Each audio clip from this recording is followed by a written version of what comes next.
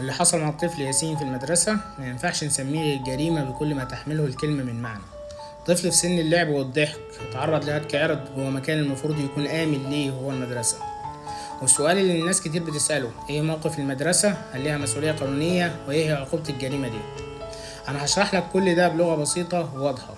اولا، جريمة هتك العرض في القانون المصري هي اي فعل فيه اعتداء على حرمة جسد شخص حتى من غير علاقة جنسية كاملة، وخصوصا لما يكون الطفل ده اقل من 18 سنة.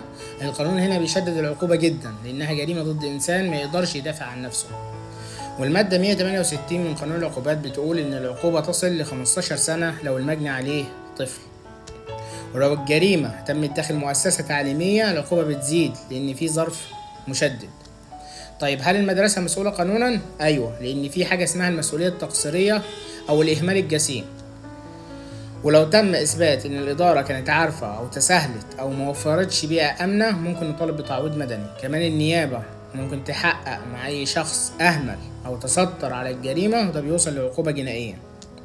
ودورك كولي أمر، لو ابنك لا قدر الله تعرض لواقعة مشابهة لازم تتحرك فورا، تقدم بلاغ في أقرب اسم شرطة تابع ليك أو نيابة الطفل القريبة منك، تطلب توقيع كشف طبي من الطب الشرعي لإثبات الواقعة، وما تتصالحش ولا تتنازل حتى لو ضغطوا عليك، لأن دي مش جريمة شخصية، دي جريمة ضد المجتمع كله.